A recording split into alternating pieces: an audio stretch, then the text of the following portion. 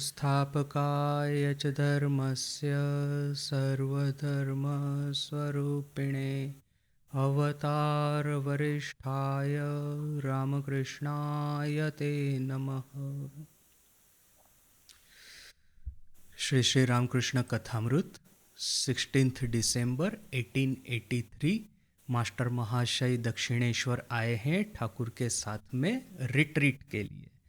और यह जो प्रसंग चल रहा है, जनाई से एक मुखुज्जे आए हैं, उनके साथ में ठाकुर का वार्तालाप हो रहा है। और जो हमने लास्ट क्लास में डिस्कस किया, ठाकुर कहते हैं एक आछे ध्यान और एक है ध्यान। किस तरह से मन का मेला है, किस तरह से हमारे ऊपर में ये काम कांचन का आवेश हुआ है, उससे मुक्ति पाई जाए। तो उसके उत्तर में ठाकुर कहते हैं कि आकुल होकर के, व्याकुल होकर के रोने से, क्रंदन करने से, प्रार्थना करने से जो अश्रुवारी प्रकट होती है, वह अश्रुवारी इस काम कांचन रूपी कीचड़ को धो देगी। तो यह एक बात कही ठाकुर ने। और फिर उसके बाद में कहते हैं और एक है ध्यान, सहस्त्रार, यानी कि यहाँ पे शिव विशेष रूप से विराजमान है, उनका ध्यान। शरीर जैसे कि एक पात्र है और मन और बुद्धि जैसे कि पानी इस पात्र के भीतर में।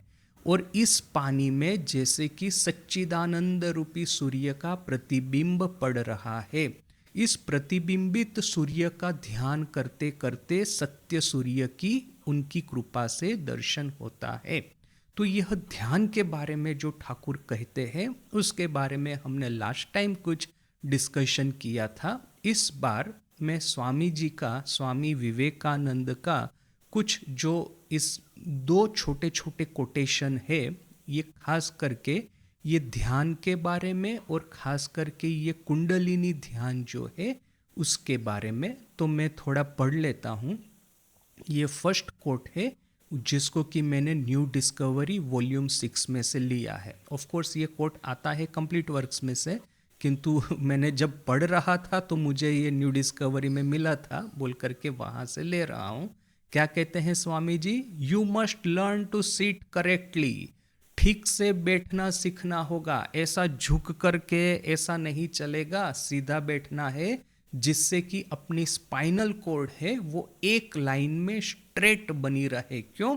क्योंकि इसी स्पाइनल कॉर्ड के बेस पे तो कुंडलिनी है। यह शक्ति जो बेस हमारी स्पाइनल कॉर्ड का जो एंड पॉइंट है, वहां से जो शक्ति जागृत होगी, वो धीरे धीरे करके ये मणिपुर, फिर ये स्वाधिष्ठान, ये जो सब चक्र, मूलाधार, मणिपुर, स्वाधिष्ठान, फिर ये अनाहत, विशुद्ध, आज्ञा, यह 6 चक्रों को पार करती हुई सहस्रार जो है यहाँ पे मस्तिष्क के ऊपर में, वहाँ पे जाएगी। और ठाकुर कहते हैं कि सहस्रार में भगवान शिव विराज रहे हैं। यानी कि देखिए कि स्पाइनल कॉर्ड के एंड में है शक्ति। शक्ति धीरे धीरे करके ऊर्ध्व गति करेगी, जो 6 चक्र है उसको भेद करती हुई, उनको पार करती हुई, आखिर में सहस्रार में आकर के शिव के साथ में उनका संगम होगा। तो ये शिव और शक्ति का संगम सहस्रार पे होता है। तब कहीं जाकर के यह जो आध्यात्मिक चक्षु है खुल जाते हैं। अपना यह जो काम कांचन से परे जो वास्तविक सत्ता है, वही जो प्रतिबिंबित सूर्य का जो अब तक ध्यान कर रहे थे, अभी जब ये शिव और शक्ति का संगम होगा, तब ये असली सूर्य का उदय अपने हृदय में होगा। तब तक हमारा जो देह और ये मन एक छोटा सा पात्र और छोटे से पात्र में भरा हुआ जल, बस इतना ही हमारा अस्तित्व था जब तक ये शक्ति रूपी कुंडलिनी ऊर्ध्व गति कर रही थी।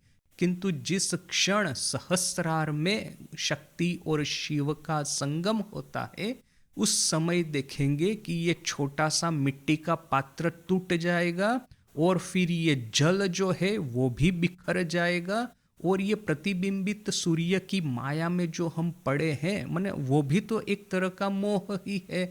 ठाकुर कहते हैं ना कि चांद की रोशनी जो है, जो पानी में गिरती है और फिर मछलियां जो है आनंद से इस रोशनी के साथ में खेलती है। उनको पता नहीं कि असली चांद तो कहाँ अवकाश में वो छुपा हुआ है, छुपा नहीं है, वो बहुत दूर अवस्थित है। बस उसकी रोशनी को लेकर के ही हम आनंदित होते हैं। तो वैसे ही जब तक ये शक्ति ऊर्ध्व गति कर रही थी, तो वही प्रतिबिंब को लेकर के ही जल में फंसी हुई मछलियों की तरह हम उसके साथ में खेल करके आनंदित हो रहे थे। किंतु जिस क्षण शिव और शक्ति का संगम होगा, उसी क्षण देखेंगे कि ये पात्र भी टूट जाएगा, जल भी बिखर जाएगा, बह जाएगा, और प्रतिबिंब सूर्य भी अदृश्य हो जाएगा, और हम असली सूर्य जो है उसमें स्थित हो जाएंगे। कोई नया पात्र नहीं बनने वाला है नया सूर्य को धारण करने के लिए, हम ही सूर्य है। वह साक्षात्कार हमको उस क्षण हो जाएगा। तो स्वामी जी कहते हैं कि पहले तो हमको सीधे बैठना सीखना होगा, देन टू ब्रीथ करेक्टली, और फिर ठीक से श्वास लेने का ये जो ब्रीथिंग जो है वो ठीक ठीक से सीखना होगा। जो व्यक्ति नर्वस होता है, एंग्शियस होता है, स्ट्रेसफुल होता है, उसकी सांस जो है वो रैपिडली वो ब्रीथ इन और ब्रीथ आउट करता है। जो पूरक, रेचक, कुंभक, कुंभक अर्थात कि स्टॉप करना ब्रेथ को, किंतु पूरक और रेचक ये सांस लेना और सांस निकालना, यह जो है बड़ा ही शॉर्ट होता है उसका, जब वो उसको स्ट्रेस में होता है। और जैसे व्यक्ति सोता है, वही व्यक्ति को सोने के समय देखेंगे कि उसकी सांस जो है गहरी जाती है और स्लो हो जाती है। वही व्यक्ति है सोने के समय गहरी सांस लेता है, स्लोली सांस लेता है, और जग जाता है, स्टूडेंट है, परीक्षा का टेंशन सामने खड़ा है, तो ब्रीदिंग जो है वो रैपिड हो जाता है, स्ट्रेसफुल हो जाता है। तो स्वामी जी कहते हैं कि पहले तो ठीक से बैठना सीखना होगा सीधे हो करके, फिर ये गहरी और धीरी सांस लेना सीखना होगा। दिस डेवलप्स कंसंट्रेशन, एक करने से अपनी एकाग्रता डेवलप होती है। Then comes meditation. देखिए यहाँ पे स्वामी जी कंसंट्रेशन और मेडिटेशन में एक तरह का दो स्टेप में बांट देते हैं। आइडेंटिकल कंसंट्रेशन और मेडिटेशन को नहीं ट्रीट करते, कहते हैं कि ये कंसंट्रेशन है, ये मेडिटेशन है। अभी जैसे कि योग सूत्र है, उसकी भाषा में कहे तो सर्वप्रथम आता है धारणा, कि देशबंध चित्तस्य धारणा, अर्थात कि कोई भी एक ऑब्जेक्ट के ऊपर में मन को एकाग्र करना, वो है धारणा। उसके बाद में आता है तत्प्रत्यय एक तानता ध्यानम, उस ऑब्जेक्ट के प्रति हमारा एक तान मन हो जाए, हारमोनियसली अपना मन उसी ऑब्जेक्ट के ऊपर में फ्लो करता रहे, तब होता है ध्यान। धारणा में क्या होता है, मैं मन को एकाग्र करने का प्रयास तो करता हूँ, किंतु बीच बीच में ना इस तरह से, हमने जो लास्ट टाइम देखा था, जो ये है, ये अपना जो ब्रेन है वो है पाकिस्तान, और ये अपना हार्ट जो है वो इंडिया। तो ये ब्रेन जो है बीच बीच में ये टेररिस्ट को भेजता है इंडिया में, ये इन्फिल्ट्रेशन करवाता है, और जितनी भी बार ये इन्फिल्ट्रेशन होगा हमारे यहाँ पे कुछ न कुछ गड़बड़ होगी, अशांति होगी। तो वैसे ही भले ही चाहे हम अपने हृदय में मन को एकाग्र करने का प्रयास करते हो, अपना ब्रेन सतत कुछ न कुछ विचार भेजता रहता है, स्ट्रेसफुल विचार, जो कि हमको छोटा बनाने का प्रयास करता है, जो कि हमको भयभीत करने का प्रयास करता है, जो कि हमको एक तरह से हम कुछ नहीं है, हम यूजलेस है, हम जीवन के इस युद्ध में हार गए हैं, इस तरह से एक डिफिटिस्ट मेंटालिटी डेवलप करवाने का प्रयास करता है। तो वो हो गया धारणा। किंतु जब जैसे जैसे हमारा एकाग्रता है दृढ़ से दृढ़तर होता जाएगा, तब क्या होगा, तत्प्रत्यय एकतानता ध्यानम, ये उसके प्रति एक जो ऑब्जेक्ट है उसके प्रति एक तान से हारमोनियसली जब अपने मन का प्रवाह बहेगा, तब वो ध्यान में परिणत होगा। When practicing breathing think of your body as luminous. जब ये प्राणायाम का प्रयास हम ये प्रैक्टिस करते हैं, प्राणायाम का अभ्यास करते हैं, तब आप कल्पना कीजिए कि हमारा जो पूरा देह है जैसे कि प्रकाश की किरणों से भरपूर है, हमारा देह जैसे कि प्रकाशित हो रहा है। तो देखिए ये इमेजिनेशन किस तरह से कार्य करती है। बहुत लोग बोलते हैं कि आजकल जो ये इमेजिनेशन जो है, इमेजिनेशन का ध्यान में कोई काम नहीं है, बस एक ऑब्जेक्ट के ऊपर में मन कॉन्सेंट्रेट करो तो उसी से ध्यान हो जाएगा। या तो फिर जो जप के लिए मंत्र देते हैं, मंत्र पे यदि कॉन्सेंट्रेट करो, मेरा मंत्र है ओम नमः शिवाय फॉर एग्जाम्पल, तो मैं ओम नमः शिवाय ओम नमः शिवाय ओम नमः शिवाय ये जो जप करता रहूँगा, तो जप पे ही कॉन्सेंट्रेट करने से होगा। इससे ज़्यादा अनुमान, कल्पना, इमेजिनेशन वह सब करने की जरूरत नहीं। कोई कोई ऐसा शायद कहेगा, किंतु देखिए स्वामी जी यहाँ पे स्पष्ट रूप से यह हमको कल्पना करने को कह रहे हैं।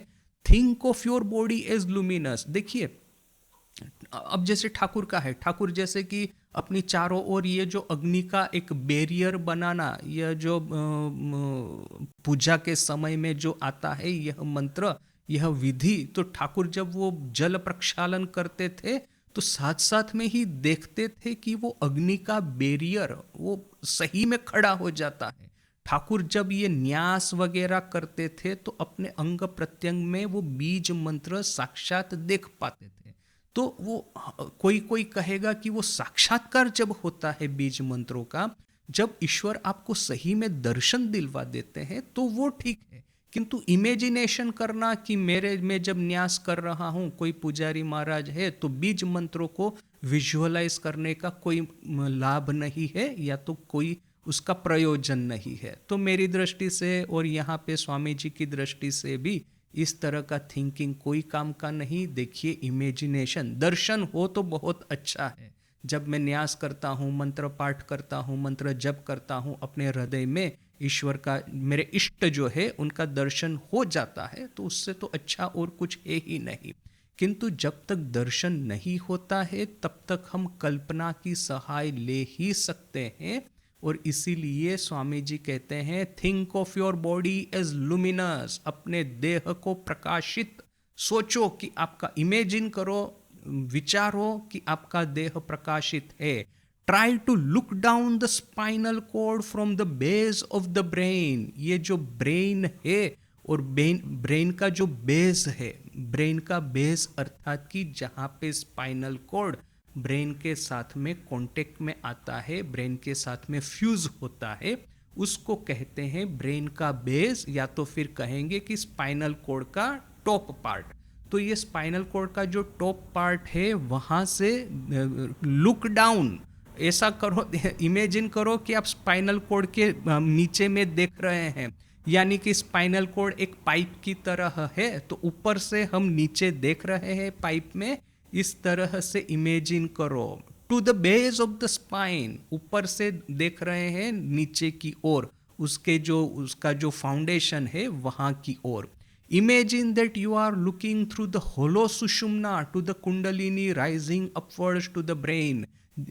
इस तरह से सोचो कि यह जो सुषुम्ना नाड़ी है वो भीतर में से खुली है, होलो है, और वहां से हम ऊपर से नीचे देख रहे हैं, हमको कुंडलिनी ऊपर ऊर्ध्व गति करती हुई दिखाई देती है। हैव पेशेंस, थोड़ा सा पेशेंस रखो, थोड़ा सा शांति रखो, उतावले ज्यादा मत हो, धीरे धीरे करके शनै ही ऊपर में धीरे धीरे करके यह सब कुछ होने वाला है। ग्रेट पेशेंस इज नेसेसरी, बहुत ही पेशेंस चाहिए, बहुत ही ज़्यादा हमको अपने मन के ऊपर में संतोष और संयम चाहिए। तो यह एक हो गया स्वामी जी का कोटेशन। दूसरा कोटेशन है कंप्लीट वर्क्स फर्स्ट वॉल्यूम राजयोग में से लिया है। दिस धारणा इज ऑफ वेरियस सॉर्ट। यह जो धारणा है वो डिफरेंट प्रकार के है। धारणा का डेफिनेशन हमने ऑलरेडी देख लिया, देशबंध चित्तस्य धारणा, अर्थात कि एक ऑब्जेक्ट के ऊपर में मन को एकाग्र करना, वह धारणा है। एंड अलोंग विथ इट, और साथ में ही it is better to have a little play of the imagination. हम धारणा जो है, पहले तो स्वामी जी ने समझाया कि एक के बाद एक विभिन्न ऑब्जेक्ट के ऊपर में मन को एकाग्र करना, वो है धारणा। अब किंतु साथ साथ में ही यदि हम थोड़ा सा इमेजिनेशन, प्ले ऑफ इमेजिनेशन, देखिए कल्पना की रमत, स्वामी जी शब्द भी कैसा सुंदर यूज करते हैं, प्ले ऑफ इमेजिनेशन, कल्पना की रमत, साथ साथ में थोड़ी सी कल्पना की रमत करना भी, कल्पना की लीला करना भी अच्छा है। फॉर इंस्टेंस, जैसे कि the mind should be made to think of one point in the heart, अपने मन को कहो कि अपने हृदय में एक बिंदु के ऊपर में अपने को केंद्रित करे। That is very difficult and easier way is to imagine a lotus there. किंतु यदि हम अपने मन को यह कहते हैं कि हार्ट पे केंद्रित करो, तो थोड़ा सा शायद हमको डिफिकल्ट लगेगा। तो स्वामी जी कहते हैं easier it is to imagine a lotus there, यहाँ पे अपने हृदय में लोटस की कल्पना करना इजी है। कल जैसे कि हमने वो कैरोट और स्टिक का उदाहरण दिया था, गधे को आप ये कहेंगे, उसके ऊपर में बोझा डाल दिया है और फिर कहेंगे कि चलो मुझे यहाँ पे वो उस दुकान में जाना है ये माल को सेल करने के लिए, बिक्री करने के लिए, तो गधा तो वहाँ से निकलने वाला नहीं है, आलसी गधा है, वो क्यों काम करेगा, क्यों अपने पीठ के ऊपर में बोझा लेकर के कहीं गांव में किसी दुकान में जाएगा। तो फिर आप क्या करेंगे, पहले तो उसको एक प्रलोभन देंगे। ये प्रलोभन क्या है, तो ये प्रलोभन है कैरट। गधे को ये जो कैरट है, गाजर है, खाना अच्छा लगता है बोल करके आपने उसको कैरट रूपी प्रलोभन दिया। जैसे ही यह प्रलोभन दिया, वैसे ही ये गधा सोचता है कि अभी मैं थोड़ा सा आगे बढ़ूंगा तो अभी मुझे कैरट खाने को मिलेगा, और थोड़ा सा आगे बढ़ूंगा तो अभी मुझे, किंतु आपको क्या करना है, कैरट को और आगे आगे लेके जाना है। लकड़ी के ऊपर में एक रस्सी से बांधा हुआ कैरट, उसको और आगे आगे लेकर के जाना है। देखेंगे कि उसको खाने के लोभ में गधा भी पीछे पीछे जाता है। तो स्वामी जी यहाँ पे कहते हैं कि गधे को सिर्फ, अब जैसे देखिए स्टिक यानी कि डंडा मारना वो बाद में आएगा, that is a separate thing, किंतु सिर्फ गधे को आप कन्विंस ही करेंगे कि अरे भाई तुम चलो, थोड़ा सा मुझे काम है, ये काम निपटाना है, ये बोझा लेकर के वहां पे जाना है, चलो, वो एक्सप्लेन करने से, विनती करने से वो सुनने वाला नहीं है, तो उसको एक प्रलोभन दे दिया। तो स्वामी जी यहाँ पे कहते हैं कि अपने मन को हृदय के एक बिंदु के ऊपर में केंद्रित करना थोड़ा सा मुश्किल है, क्योंकि हृदय अपने अपने पास में, अपने ब्रेन के पास में या माइंड के पास में ऐसा कोई इंसेंटिव ही नहीं है कि वो अपने हृदय पे कंसंट्रेट करे। तो फिर उसको एक इंसेंटिव देना है, उसको एक प्रलोभन देना है। प्रलोभन क्या है, तो ये कैरट दिखा दिया उसको, हृदय में एक ल्यूमिनस लोटस है, उसको हमने इमेजिन किया। और देखिए मनुष्य का जो मन है सहजता से सौंदर्य की ओर धावित होता है। वो यदि चाहे प्रकृति का सौंदर्य हो न किसी मनुष्य का सौंदर्य हो, जैसे ही हमने सुंदरता देखी वैसे ही हमारी नज़र ऑटोमेटिकली वहाँ पे आकर्षित होगी।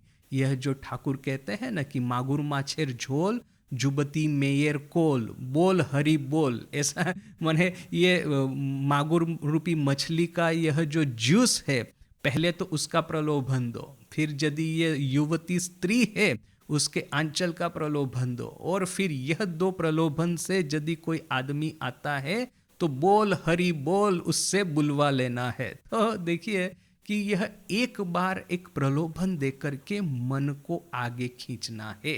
तो यह तो एक बात है, किंतु सामने देखिए कि ये ऐसा जब हम कहते हैं कि एक प्रलोभन देकर के एक ऐसा एक सीन खड़ा करके, जैसे कि ल्यूमिनस लोटस है, या तो फिर अब जैसे मैं यहाँ पे सी शोर है, तो कभी कभी मॉर्निंग वॉक के लिए जाता हूँ, तो रेती के ऊपर में बैठ करके जो होराइजन के उस पार जो सूर्योदय होता है उसको मैं दर्शन करता हूँ। फॉर्चुनेटली ये ईस्टर्न सी शोर है, मैं यदि वेस्टर्न सी शोर पे होता तो मुझे सूर्यास्त का दर्शन होता, सूर्योदय का नहीं होता।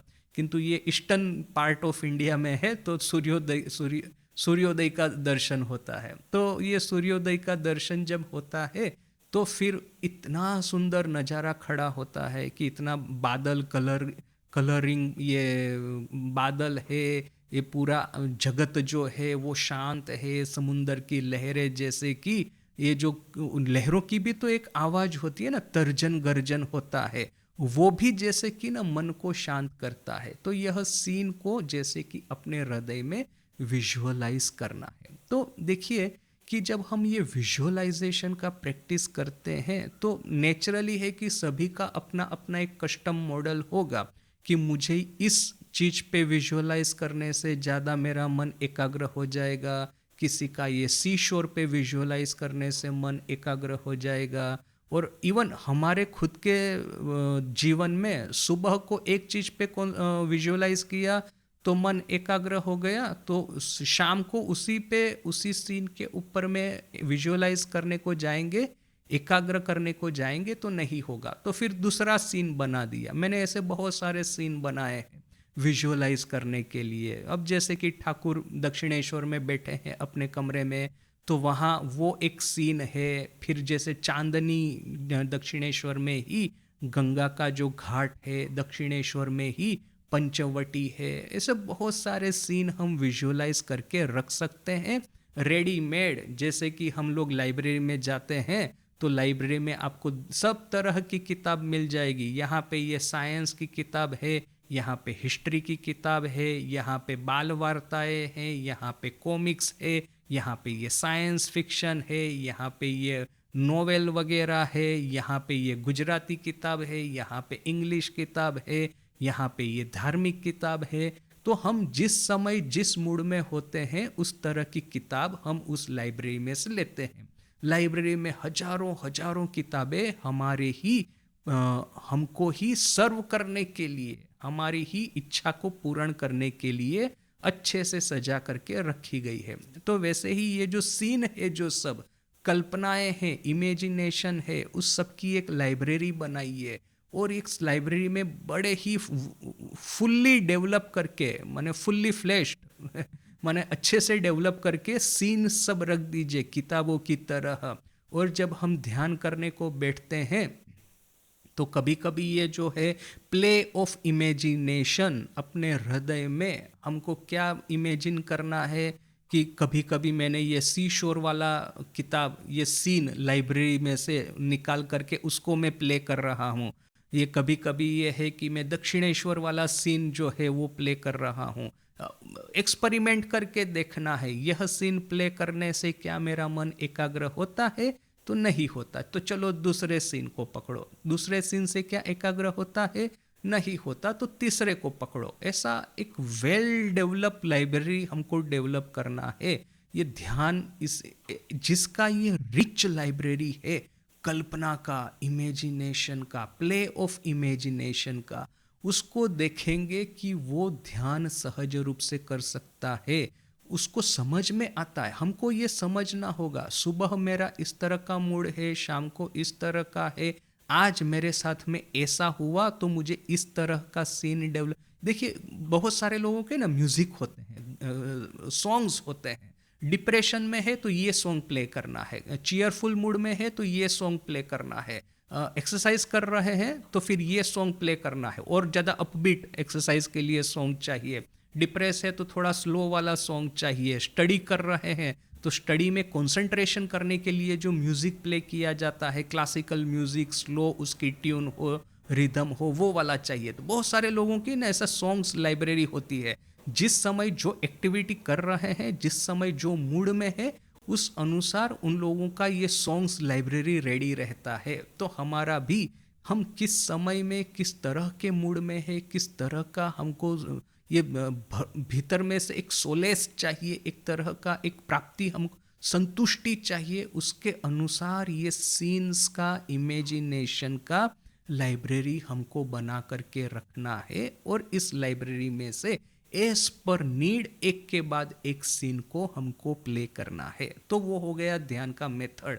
और ध्यान हमेशा हृदय में ही करना है। हमेशा ख्याल में रखिए, ये ब्रेन जो है, माइंड जो है वो है पाकिस्तान, और ये हार्ट जो है वो है इंडिया। ये पाकिस्तान में से जितने भी नेगेटिव आइडियाज़ है, जितने भी स्ट्रेसफुल विचार है, जितनी भी ये नेगेटिविटी है, सब ये टेररिस्ट की तरह ब्रेन में से हार्ट की ओर इन्फिल्ट्रेशन करने का प्रयास करती है, और उसको हमको कैसे भी करके रोकना है। इन्फिल्ट्रेशन बढ़ गया तो हृदय में अशांति, और फिर ध्यान होगा नहीं। और यदि अपना सैन्य, अपनी आर्मी स्ट्रांग है तो इन्फिल्ट्रेशन को रोकेगा, टेररिस्ट आ नहीं पाएंगे ब्रेन से हार्ट की ओर, और फिर अपना हार्ट जो है पीसफुल रहेगा। उसके बाद में ये इमेजिनेशन करना है। उससे पहले सीधा इमेजिनेशन करने का प्रयास किया, अपने ब्रेन को स्विच ऑफ किए बिना सीधा हार्ट पे मेडिटेशन करने का प्रयास किया, देखेंगे कि उसमें ज़्यादा कुछ आपको आनंद नहीं आएगा। सतत एक तरह का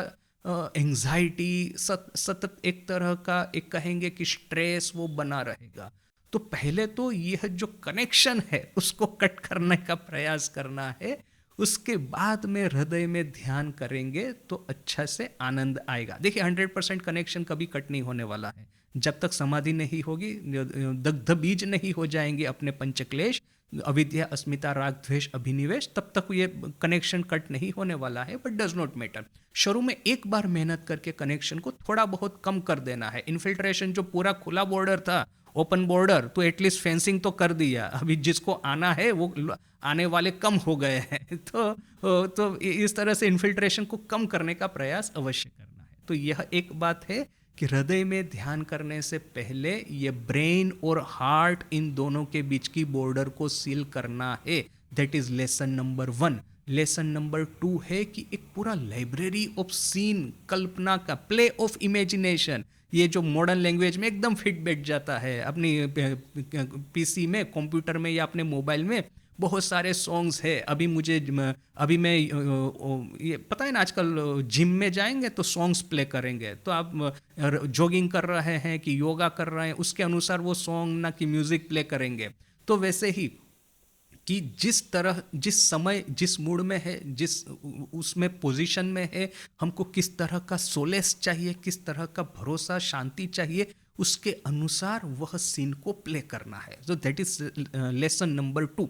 और लेसन नंबर 3 है इक्वली इम्पोर्टेंट। देखिए, यह जब हम सीन डेवलप कर रहे हैं तो उस समय एक बहुत बड़ी बात को ख्याल में रखना है। क्या है वो? कि कैरट, प्रलोभन किस चीज का देना है? कैरोट का देते हैं, ये गाजर का देते हैं। एक कैरोट जो है, आप 1 खाएंगे, 2 खाएंगे, 3 खाएंगे, 4 खाएंगे, कोई दिक्कत होने वाला नहीं है।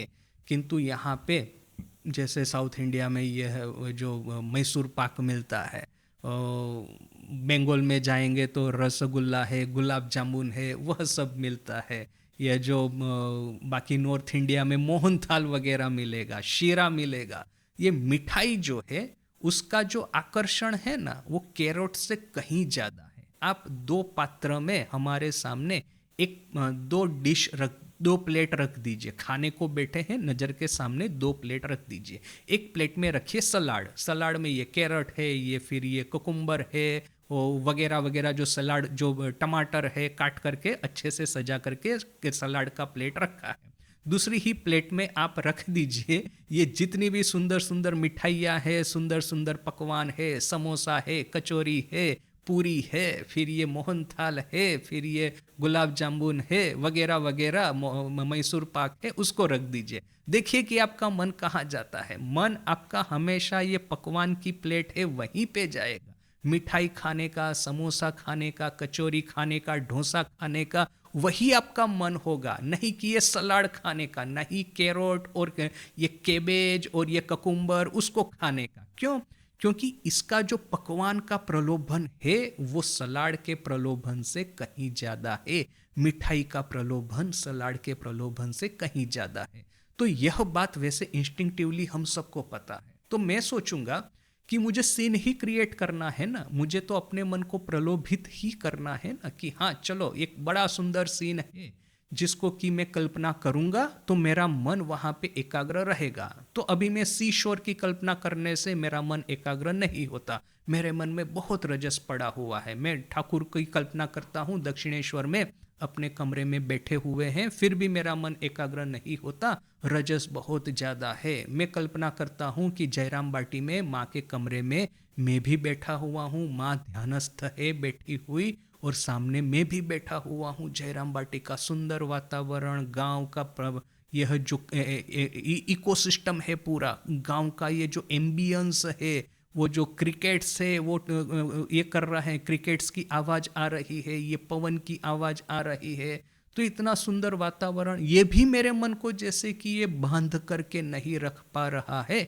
तो चलो मैं मूवी में से कोई एक सीन है उसको विजुअलाइज करता हूँ, चलो मैं वीडियो गेम खेल रहा था उसको विजुअलाइज करता हूँ, ये पॉलिटिकल जो सब न्यूज़ वगैरह जो चल रहे हैं उसके ऊपर मैं मन को एकाग्र करता हूँ। फिर ये जो मन के जो विकार जो सब है, मन के जो दैहिक आकर्षण है सामने वाले व्यक्ति के ऊपर में, ऐसा कुछ मैं विजुअलाइज करने का प्रयास करता हूँ। ऐसा देखेंगे फट करके मन एकाग्र हो जाएगा, क्योंकि अपना मन देखेंगे कि स्टडी का यहाँ पे स्टडी रूम है, हमारा स्टडी सेंटर है तो लाइब्रेरी में, तो स्टूडेंट्स को देखता हूँ, जो स्टूडेंट किताब खोल के पढ़ रहा है, सिंसियरली पढ़ रहा है, किंतु जब किताब पे मन नहीं जाता तो मोबाइल खोल करके सब कुछ देखता रहेगा। फिर मैंने क्या है कि उसका मन जो है मोबाइल की ओर सहजता से आकर्षित होता है। मोबाइल में जितना भी कचरा है, ये 10-10 सेकंड का रील है, ये वीडियोस है, ये पॉप सॉन्ग है, जो कुछ भी ये लोग देखते हो,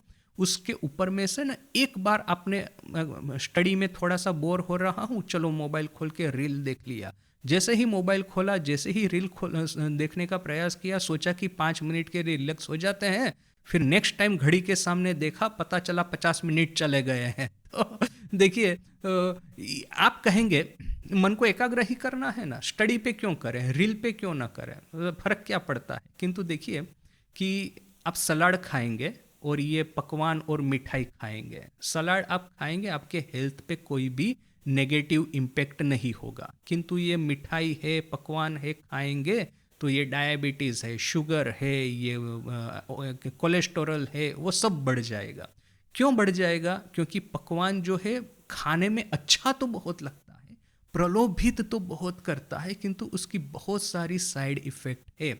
जबकि सलाद है, अब जब वो भोजन समारोह में जाएंगे ना, शादी ब्याह में वो वगैरह जो होता है, वो जो जाहिर भोजन वगैरह, देखेंगे कि सलाद खाने के लिए कम लोग जाते हैं, और ये मिठाई जहाँ पे रखी है, ये पकवान जहाँ पे रखे हैं, वहाँ पे ज़्यादा लोग जाते हैं। पेस्ट्री है, केक है, कैंडीज़ है, कैडबरी है, ये अच्छी अच्छी जितनी भी चीज़ें हैं, डोसा है वगैरह, सब में ऑयल होता है, सॉल्ट होता है, शुगर होती है, तो वो खाने को अच्छा तो बहुत लगता है। देखिए वो जो फूड साइंटिस्ट होते हैं ना, वे लोग कहते हैं 3 चीज़ें हमको खाने में बहुत अच्छा लगता है, एक तो फैट है, दूसरा है ये शुगर है, तीसरा है सॉल्ट। ये जिसमें ये 3 चीज़ होती है ना, फैट, शुगर एंड सॉल्ट, वो चीज़ हमको इजीली प्रलोभित कर देती है खाने के लिए।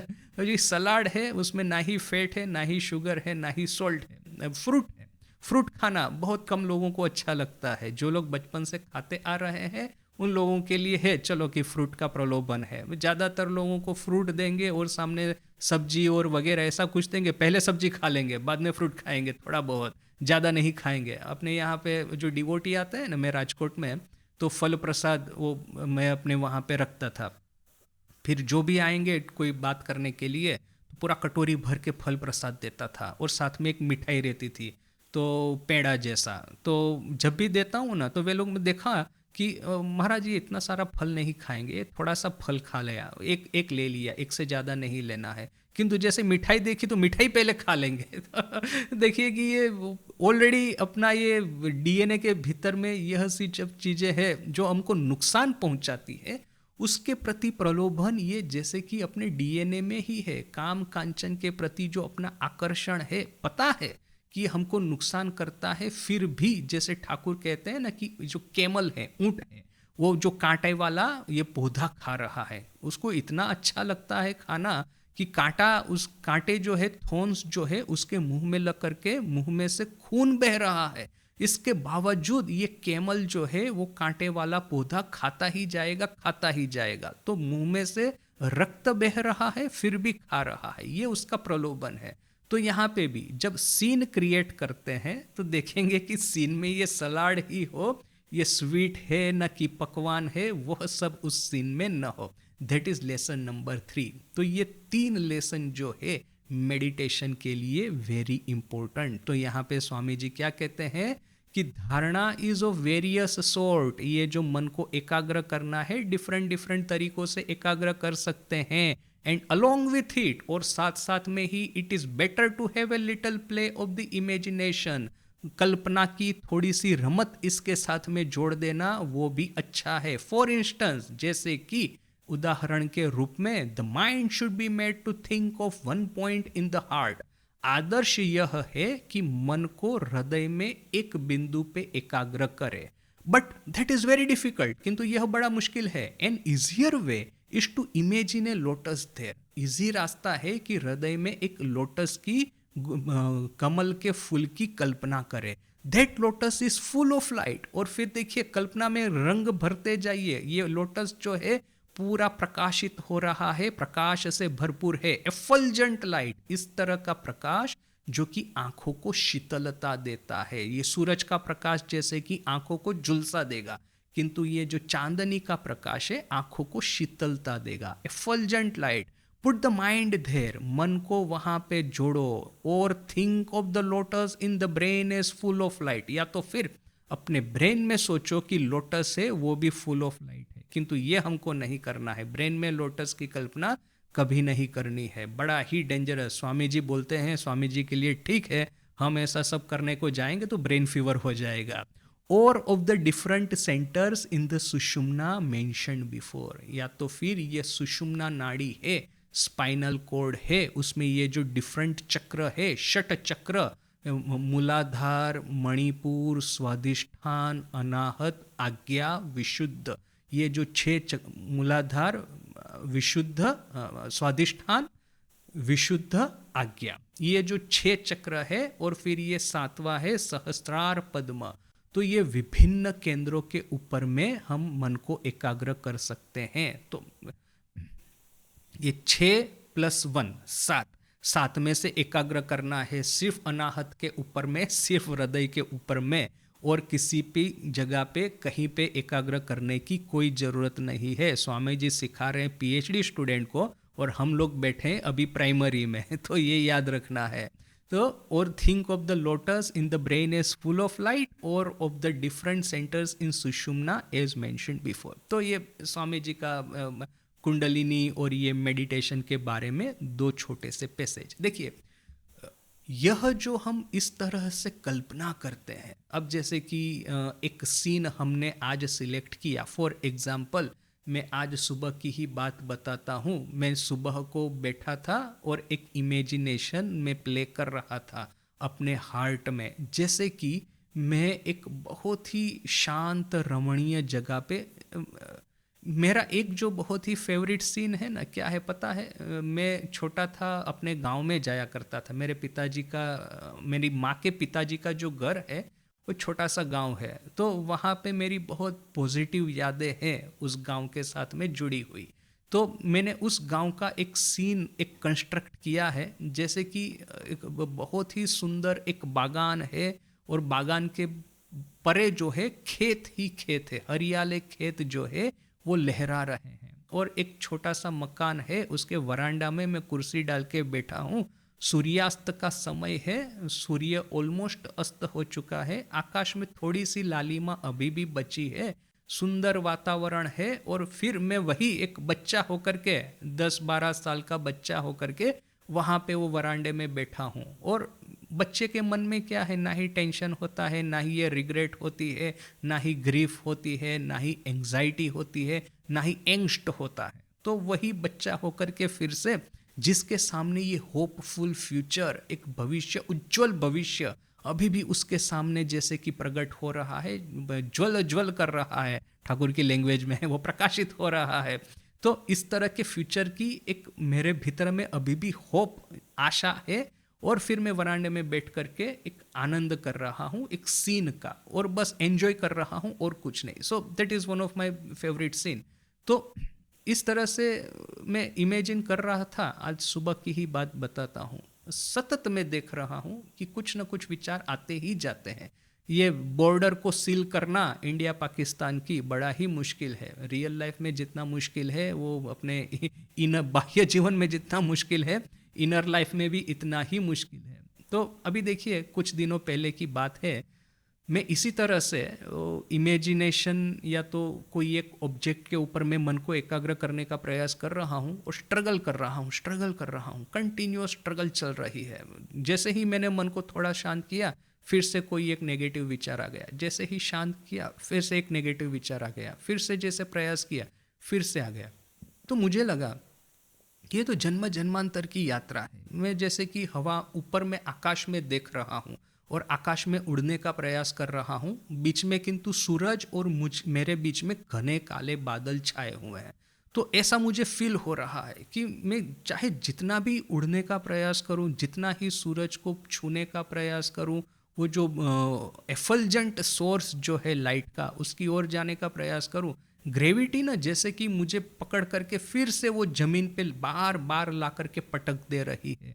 और ये जो निराशा के घने काले बादल है ना, जैसे कि वो हमेशा सूरज के सामने छाए ही रहेंगे, मुझे कभी सूरज के पास जाने ही नहीं देंगे. कितने जन्म जन्मांतर की ये यात्रा है मनुष्य की, कि पृथ्वी पर से उड़ करके ग्रेविटी से मुक्त होकर के सूरज की ओर यात्रा करे. ये जो निराशा के बादल है, उनको तोड़ फोड़ करके, उनको काट करके, चीर करके उसमें से रास्ता निकाले. ग्रेविटी का जो इतना प्रचंड आकर्षण है, उससे अपने को मुक्त करे. पता नहीं कितने जन्म जन्मांतर लग जाएंगे.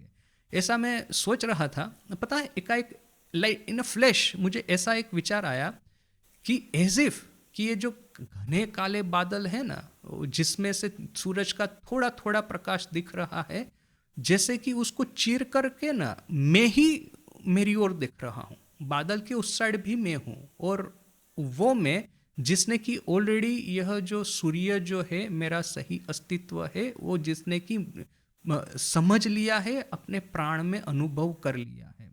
ये जो प्रकाश, जो ठाकुर कहते हैं ना कि मानो कि देह जो एक पात्र है, उसके ऊपर में मन और बुद्धि जैसे कि पानी है, और उसमें ये सूरज का प्रतिबिंब पड़ रहा है. तो मैं अभी तक ये जो प्रतिबिंब सूर्य के साथ में ही मैं कुश्ती कर रहा हूँ, ना ही उससे मतलब पात्र से मुक्त हो पा रहा हूँ, ना ही ये पानी में से बाहर निकल पा रहा हूँ. किंतु बादल के परे एक दूसरा मैं हूँ, जो कि ऑलरेडी जिसका ये पात्र भी टूट चुका है, पानी भी बह गया है, चारों ओर नष्ट हो गया है, और असली सूर्य में वो स्थापित हो गया है. वो मैं मेरी ओर देख रहा हूँ बादल को चीर करके. हम दोनों एक दूसरे की ओर देख रहे हैं. वो जो जिसने कि सूर्य को प्राप्त कर लिया है, और मैं जो कि सूर्य को प्राप्त करने के लिए संघर्ष कर रहा हूँ. ये जो इन अ फ्लैश मुझे लगा जैसे कि, और that is such A profound revelation. देखिए, आप जितना ही प्रयास कर ले, मेहनत करने का, प्रयास करने का, साधना करने का, हमेशा याद रखिए कि हमारा जो सही स्वभाव है, नित्य मुक्त बुद्ध शुद्ध स्वभाव ही है.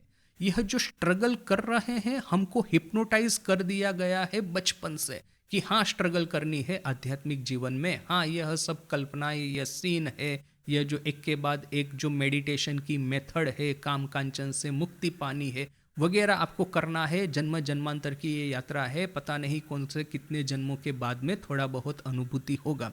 यह जो एक द्वैतिक विचार जो है, ये अपने मन में इस तरह से हमको बिठा दिया गया है, हमको इस तरह से हिप्नोटाइज कर दिया गया है कि हम लोग बचपन से ही ने प्रलोभन जो है ना, प्रलोभन की ओर ही दौड़ते हैं. देखिए, ज़्यादातर लोगों का रिलीजियस एजुकेशन होता ही नहीं. वे लोग सीधा सीधी दैहिक प्रलोभन की ओर दौड़े, उनका तो एक बात हो गया. किंतु जिन लोगों का थोड़ा बहुत रिलीजियस एजुकेशन होता भी है, उन लोगों को क्या लग जाता है कि अरे ये तो जन्म जन्मांतर की फाइट है, कितना ही मन बुद्धि के साथ में कुश्ती करना पड़ेगा, तब कहीं जाकर के थोड़ा बहुत प्राप्त होगा. तो इवन वे लोग, जो लोगों को आध्यात्मिक थोड़ा बहुत टीचिंग प्राप्त है, वे लोग इस भ्रम में पड़ जाते हैं कि यह तो इतनी लंबी सफ़र है कि इस जन्म में ज़्यादा कुछ होना नहीं. तो हताशा आ जाती है और यही हताशा उनको ना जैसे कि भीतर में से छोटा बना देती है। और फिर यह जो एक बार इंफीरियोरिटी कॉम्प्लेक्स प्रवेश करता है, वो राइज करता है अपने भीतर में, साथ में ही ये जो दैहिक कामना वासनाओं के प्रति प्रलोभन है वो आकर के हमको पकड़ लेता है। तो जैसे कि ना प्रकृति हमको छोटा बनाने का प्रयास करती है, हमको सब समय जैसे कि स्ट्रगल करके अपना जो सही स्वरूप है उसको प्राप्त करना है।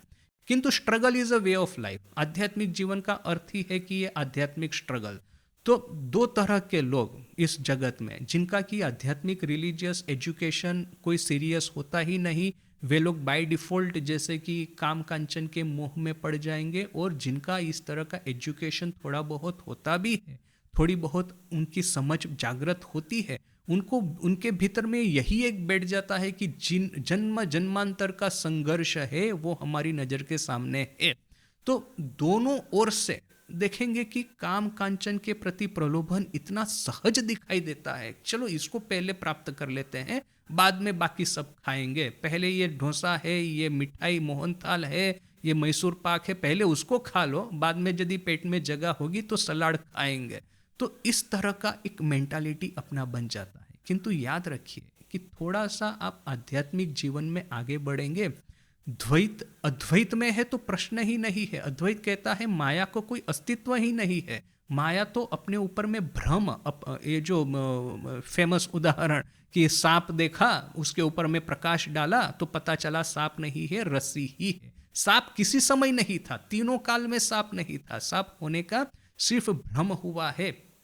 ये डेजर्ट में जा रहे हैं, रेगिस्तान में जा रहे हैं, देखा कि मिराज दिख रहा है, डेजर्ट के ऊपर में ओआसिस है, पानी का जलाशय है, और ये जो खिजूर के पेड़ है, ये जो कोकोनट के पेड़ है, पाम ट्रीज, वो चारों ओर से घिरा हुआ एक जलाशय है। इस तरह का ओआसिस का हमको एक भ्रम होता है। तो मैं दौड़ा दौड़ा जाता हूँ, जितना दूर जाता हूँ उतना ही ओआसिस है मेरे से दूर होता जाता है। तो आखिर में किंतु जब ये पता चलेगा कि ये मेरी नज़रों का ही भ्रम है, और फिर उस जगह पे यदि पहुंच भी गए जहाँ पे हमको ये ओआसिस दिख रहा था, मैं रेती में उंगली भी डालूंगा ना, थोड़ा सा भी रेती को भिजा हुआ नहीं देखूंगा, थोड़ा सा भी वेटनेस नहीं होगा। क्यों? क्योंकि वो जो जलाशय था, ऐसा नहीं है कि जलाशय था और सूख गया है, जलाशय था ही नहीं। मिट्टी रेती जो है पूरे डेजर्ट में जितना गर्म, जितना हॉट और जितना ड्राई है, उतना ही ड्राई और उतना ही हॉट इस जलाशय के तथाकथित मिराज रूपी जलाशय के नीचे में थी। एक थोड़ा सा भी रेती का एक कण भी भीगा हुआ आपको नहीं मिलेगा, यदि जिस क्षण मिराज अपनी नजरों से अदृश्य नहीं हो जाता, उस समय रेती का एक कण भी भीगा हुआ नहीं मिलेगा। जिस क्षण पता चला कि ये रस्सी है, सांप नहीं है, उस क्षण देखेंगे कि सांप का एक भी चिन्ह, एक भी निशान इस रस्सी पे नहीं है। ना ही सांप की पूंछ रस्सी के साथ जुड़ी है, ना ही सांप के ये जो तीक्ष्ण दांत जो है, वो फैंग्स जिसको कहते हैं इंग्लिश में, वो रस्सी के साथ में जुड़े हुए हैं। नहीं सांप का विष रस्सी के भीतर में पड़ा हुआ है। सांप संपूर्ण रूप से दृश्य हो गया है, सिर्फ रस्सी बची है। तो यदि आप अद्वैत वेदांत को फॉलो करते हैं तो आपको तो प्रश्न ही नहीं है। जैसे ही आपने वेदांत केसरी जब गर्जन करके कहता है कि मैं ये मन बुद्धि चित्त अहंकार पंच महाभूत पंच ज्ञानेन्द्रिय पंच कर्मेंद्रिय पंच प्राण रूपी देह नहीं, इनसे परे, सबसे परे आत्मन हूँ, ब्रह्मन हूँ, जैसे ही महावाक्य श्रवण करता है गुरु के मुंह से, अहम ब्रह्मास्मि तत्वमसि प्रज्ञानम ब्रह्म, उसी क्षण उसको ब्रह्म साक्षात्कार हो जाएगा। तो अद्वैत मार्ग में तो प्रश्न ही नहीं। किंतु इवन यदि द्वैत मार्ग को फॉलो करते हैं, देखिए कि ठाकुर की है जो ऊर्जिता भक्ति है, भावे हाशे कांदे नाचे गाय, भाव में वो हंसता है, नाचता है, रोता है और गाता है। तो यह जो ऊर्जिता माने एक उल्लासमय, एक उत्साहमय भक्ति, उसको भी यदि फॉलो करेंगे तो उसी के लिए भी यह जो आध्यात्मिक साधना में सिद्धि प्राप्त करना सहज है। भले ही चाहे बचपन में हिप्नोटाइज हो गए हो, भले ही चाहे गलती करके काम कांचन में मन थोड़ा बहुत फंसा हो, किंतु जिस क्षण ये अद्वैतिक जीव ब्रह्म ऐक्य वाला महावाक्य हमने श्रवण किया, जिस क्षण ठाकुर के शरणागत हुए, ठाकुर की यह जो ऊर्जिता भक्ति है उसका एक अंश भी अपने हृदय में प्रवेश किया। साथ साथ में ही देखेंगे भीतर में जैसे वो सुषुप्त वेदांत केसरी है, भीतर में यह जो सुषुप्त महावीर जो है वो तर्जन गर्जन करके जागृत हो जाएंगे। और ये काम कांचन रूपी ये जो काला मेघ जो अपने ऊपर में छाया हुआ है, मुझे संघर्ष करके पता नहीं कितना मेहनत करके हवा में उड़ना है, तब कहीं जा करके पृथ्वी की ग्रेविटी से मुक्त हो पाऊंगा, तब कहीं जाकर मैं सूरज की ओर जा पाऊंगा, वो सब जैसे कि क्षण भर में काट देगा।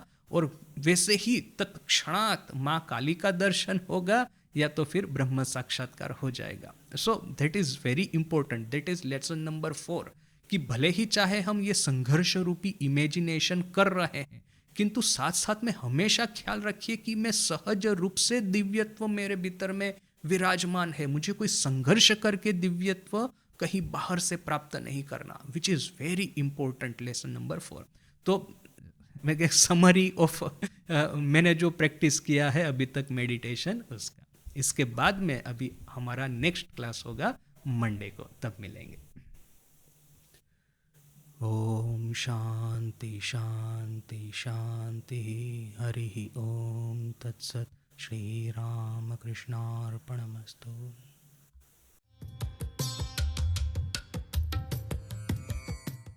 ना you can have a vast and diverse library उस ऑफ दिस इमेजिनेशंस, उसमें कोई दिक्कत नहीं है। जैसे देखिए ये हेल्थ फूड वाली कैटेगरी में हम चाहे वो कुकुम्बर खाते हो, टमाटर खाते हो, ना कि कैरोट खाते हो, ना कि फ्रूट खाते हो, that is all very well, कोई दिक्कत नहीं है। बस वो वहाँ से आपने वो डोसा और ये उसमें जंप लगाया मोहन थाल पे, वो दिक्कत वाली बात है।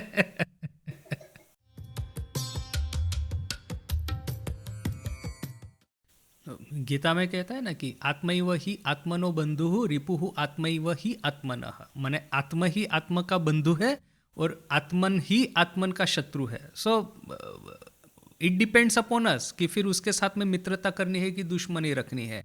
एडवर्सरियल रिलेशनशिप ऐसे अद्वैत भाव हो जाएगा, नेति नेति, और ये जो फ्रेंडली रिलेशनशिप है द्वैत हो जाएगा कि हाँ ईश्वर ही है, ईश्वर को शरणागत होना है।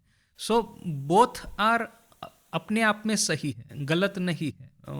और जैसे रामकृष्ण मिशन का है कि सर्वभावों का समन्वय, राइट, तो वो ज्ञान और भक्ति दोनों मार्ग। जब मन अब जैसे बच्चा है, देखिए माँ अपने बच्चे को जिस तरह से ट्रीट करती है ना, ऐसा टीचर ना वो बच्चे को इस तरह से ट्रीट नहीं कर पाएंगे। क्यों? क्योंकि बच्चा जब अब स्टूडेंट है और टीचर और स्टूडेंट का रिलेशन कैसा है कि पहले के ज़माने में तो स्टूडेंट थोड़ा बहुत इधर उधर करता है, टीचर उसको सीधा मार देते थे। गुजराती में वो कहते हैं ना, सोटी वागे चमचम विद्या आवे धम धम। वो एक था कि कॉर्पोरल पनिशमेंट, वो फटाक करके दे देते थे। आजकल अभी एक है कि टीचर को बच्चे को मारना नहीं है, किंतु माँ का रिलेशन देखिए बच्चे के साथ में। माँ बच्चे को फटाक करके मार भी देती है, क्यों? माँ को अलाउ है मारना, टीचर को अलाउ नहीं है। क्यों? क्योंकि माँ बच्चे को स्नेह करती है। वो मारेगी तो बच्चे का भविष्य देख करके सुधारने के लिए मारेगी, जबकि टीचर क्या है, इरिटेटेड होकर के, क्रोध करके, नाराज होकर के मारता है। तो इसका बड़ा ही नेगेटिव इफेक्ट बच्चे पे होता है। सो बच्चे को मार खाना ही है, किंतु बेटर है कि माँ मारे रेदर देन के टीचर मारे। उस समय के पहले के जैसे टीचर भी अभी नहीं है, तो बेटर है कि कॉर्पोरल पनिशमेंट बंद कर दे, राइट। सो शत्रु और मित्र दोनों है मन, और जब ये गड़बड़ करता है तो उसकी पिटाई, ये यही जो स्टिक एंड कैरोट, प्रलोभन भी देना है, डंडा भी तैयार रखना है। देखिए वो नेति नेति करके करके ठाकुर के गुरु होने की क्वालिफिकेशन प्राप्त कर दी। ठाकुर का गुरु होना यानी कोई जैसी वैसी बात थोड़ी ना है, उस लेवल पे पहुंच गए नेति नेति करके।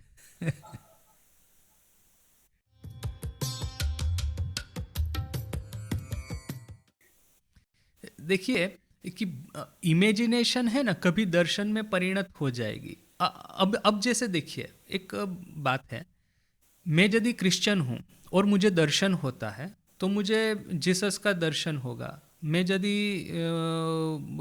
हिंदू हूँ, मुझे दर्शन होगा तो भगवान राम का होगा। ठाकुर को सब तरह के दर्शन हुए थे, किंतु टिपिकली मैं भगवान राम की कल्पना करता हूँ तो मुझे भगवान राम का दर्शन होगा। अब जैसे किंतु देखिए कि दूसरे ग्रह पे जीवन है और वहाँ पे वो चित्र विचित्र एलियन जो मूवी में जैसे देखते हैं ना, उस तरह के एलियन वहाँ पे रहते हैं, तो वो यदि दर्शन करेंगे तो अपने एलियन गॉड का दर्शन करेंगे। अभी ऐसा कभी हुआ कि हमने किसी एलियन गॉड का दर्शन किया, या तो फिर वे लोग भगवान राम का दर्शन करने वाले हैं? कल्पना में से दर्शन प्रकट हुआ है। दर्शन क्या है? कल्पना को दिव्यता प्रदान करता है, उस तरह का स्वरूप धारण करता है दिव्य भाव जो कि हमारे हृदय के नजदीक हो। जो भगवान कृष्ण का उपासक है, भगवान कृष्ण का दर्शन होगा। यहाँ पे ये जो साउथ इंडिया में जिस तरह की जो उपासनाएं चलती है, उनको उस तरह का दर्शन होगा। अब जिन भगवान का मैंने कभी नाम ही नहीं सुना है, उनका दर्शन मुझे कहाँ से होने वाला है? जो मैं कल्पना के माध्यम से मैं जो भगवान की कल्पना कर रहा था कि जटावल्कलधारी धनुष हाथ में लिए हुए ये भगवान राम है, तो प्रथम तो कल्पना ही है, बाद में कल्पना में दिव्यता का रंग भरता है, कल्पना जागृत हो जाती है। और फिर आखिर में जैसे ठाकुर का अद्वैत जब भूमि में प्रवेश करने से पहले माँ काली को तलवार से काट दिया, तो आखिर में ये दर्शन को भी काट करके उससे परे जाना है। यानी पहले कल्पना है, फिर ये दिव्य दर्शन है, और फिर उससे परे अद्वैत भूमि है। किंतु देखिए कि कल्पना के भीतर में यदि दिव्यता प्रवेश करेगी ना, ये ध्यान के लिए हम जो ये सीन खड़े कर रहे हैं, तो क्या होगा? पहले तो एक ड्राई इमेजिनेशन ही रहेगा, किंतु धीरे धीरे करके ना उसके भाव का रस जो है उसमें प्रवेशना शुरू होगा। अब जैसे स्वामी जी ने खुद ने कहा कि हृदय में एक लोटस है। पहले तो कहा कि हृदय में एक बिंदु है, उस पर ध्यान करो। फिर कहते हैं मुश्किल है, इमेजिन करो कि वहां पे लोटस है। किंतु सिर्फ लोटस होने से नहीं होगा, लोटस में धीरे धीरे करके भाव प्रकट होना चाहिए। इसलिए स्वामी जी कहते हैं ना कि imagine it full of effulgent light. ये भाव धीरे धीरे प्रकट होगा, तो क्या है कि उसका आकर्षण धीरे धीरे करके बढ़ता जाएगा। फिर जब एक्चुअल लोटस दर्शन होगा कि मेरे हृदय में लोटस है, दैट इज उससे भी हायर चीज है। किंतु दर्शन की ओर हम कल्पना का सेतु पकड़ के ही गए हैं। ये स्वामी जी बार बार ठाकुर को क्यों कह रहे हैं कि आपको जो दर्शन होता है सब आपके मन की कल्पनाएं हैं, हेलुसिनेशन है सब आपके मन का, हेलुसिनेशन के अलावा कुछ नहीं। क्योंकि स्वामी जी को पता है कि कल्पना पहले प्रारंभ होती है, इसके बाद में ही कल्पना में दिव्यता का रंग भरा जाता है। अभी कौन विश्वास करेगा कि आपकी सिर्फ कल्पना है कि उसमें दिव्यता का रंग भरा हुआ है? कौन माने? वो तो जो जिसका आपके ऊपर विश्वास होगा वो विश्वास करेगा। ज्यादातर लोग तो वही सोचेंगे कि कल्पना के लेवल तक ही आप पहुंचे हैं अभी तक।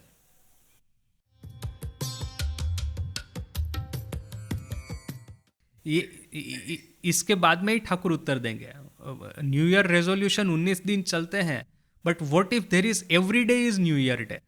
प्रतिदिन न्यू ईयर डे है तो क्या? तो ठाकुर इसके बाद में ही कहते हैं कि आपको सत्संग, नित्य सत्संग आवश्यक है, और नित्य सत्संग ही है। ठाकुर कहते हैं, देखिए मैं अभी वैसे तो नेक्स्ट टाइम में रखा है, किंतु इसके एग्जैक्टली बात का सेंटेंस है, किंतु संसारी लोकेर सर्वदाई साधु संगो दरकार। संसारी लोगों को हमेशा साधु संग की जरूरत है, शकलेरी दरकार। फिर कहते हैं सबको जरूरत है, सन्यासी रो दरकार, सन्यासी को भी जरूरत है, तबे किंतु संसारी देर विशेषतः सभी को जरूरत है, सन्यासी को भी साधु संग की जरूरत है, किंतु संसारी को विशेष रूप से जरूरत है।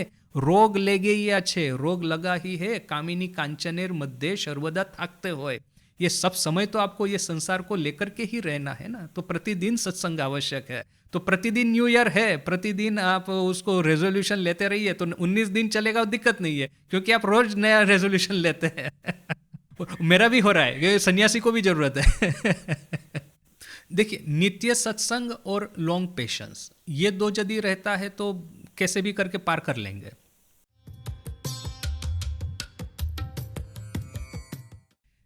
देखिए, मैं तो कहता हूं कि एक तो है कि एक स्मूथली जर्नी चल रहा है, नित्य सत्संग चल रहा है, नित्य थोड़ा पेशेंस बना करके नित्य थोड़ा बहुत साधना हम कर रहे हैं, which is very good, which is what we will all expect us as a healthy spiritual life. किंतु बीच में रास्ते में गड्ढा आ गया, गाड़ी गिर गया, और अभी सब तरह के डाउट मन के ऊपर सवार हो गए। उस समय क्या करना है? देखिए, दिस आर द अपॉर्चुनिटीज। अब जैसे साइंस में है कि कोई भी पदार्थ है, प्रकाश की स्पीड से ज़्यादा स्पीड से वो ट्रैवल नहीं कर पाएगा। प्रकाश की स्पीड क्या है? 3 लाख किलोमीटर पर सेकंड।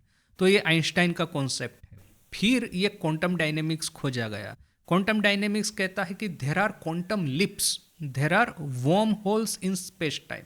यहाँ पे ये इलेक्ट्रॉन या स्पेसशिप आपने भेजा है, एक जगह से जंप लगा करके इंस्टेंटेनियसली पृथ्वी से एंड्रोमेडा गैलेक्सी, जितना 15 मिलियन लाइट ईयर न कि 30 मिलियन लाइट ईयर जितना डिस्टेंस है, एक सेकंड में यहाँ से वहाँ जंप लगा सकता है। दिस इज क्वांटम टनलिंग, या तो क्वांटम लिप या तो वर्म होल, ये जो भी आप नाम देना चाहे, मल्टीपल नेम्स है, दिस इज पॉसिबल। तो आइंस्टाइन इस तरह से चकरा गया, वो कहता है कि God does not play dice, मैंने गॉड जो है वो जुआ नहीं खेलता है कि यहाँ पे आपका स्पेसशिप है वहाँ पे चला गया instantaneously, this is not possible. But देखिए कि this challenges it gives us a opportunity for quantum leap, this challenges it gives us an opportunity for quantum tunneling. अभी मैंने जैसे मेरा उदाहरण बताया, एक दिन मेरे मन में भी इस अभी कुछ दिनों पहले ही संदेह, संशय कि मैं स्ट्रगल कर ही रहा हूँ, कुछ प्राप्त नहीं होता, चल ही रहा है, चल ही रहा है, किंतु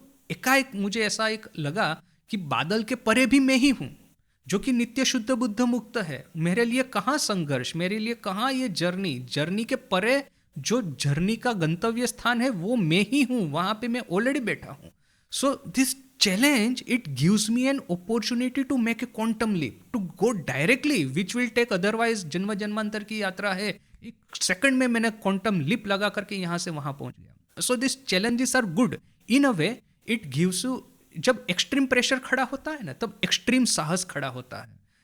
अर्जुन यदि महाभारत का युद्ध नहीं लड़ता तो अर्जुन का नाम इस इतिहास में अमर होता ही नहीं। वो अर्जुन ने युद्ध किया, एक्सट्रीम डेंजर में एक्सट्रीम साहस दिखाया, बोल करके आज अर्जुन अमर है। ये महावीर हनुमान है, भगवान राम है, इतने बड़े बड़े दैत्यों का संहार किया, बोल करके आज उनका नाम है। अभी वे लोग जब बैटल में जाते होंगे, क्या उनको हृदय धक धक नहीं करता होगा, उनको मतलब डर जैसा नहीं लगता होगा? आखिर में तो मनुष्य का देह धारण किया है, मनुष्य का तो एक अंश है उनके भीतर में। ये जितने अपने सोल्जर्स है, आज जो भी ये परमवीर चक्र न कि जो जिनको दिया जाता है, वे लोग बैटल में जाते होंगे, उनको डर नहीं लगता होगा, भय नहीं लगता होगा, but they conquered the fear, and फिर वो माने हाईएस्ट ऑनर जो है मिलिट्री का उनको मिला। So this extreme challenges are extreme opportunity for us. जीता वो सिकंदर, यदि जीत गए तो फिर हमने वीर भोग्यम वसुंधरा, यदि जीत गए तो वसुंधरा का भोग करेंगे, यदि हार गए तो फिर क्या है कि हत्वा वा प्राप्स्यसि स्वर्गम जित्वा वा भोक्ष्यसे महीम, मर गए तो स्वर्ग प्राप्त होगा, जीत गए तो धरती का उपभोग करेंगे।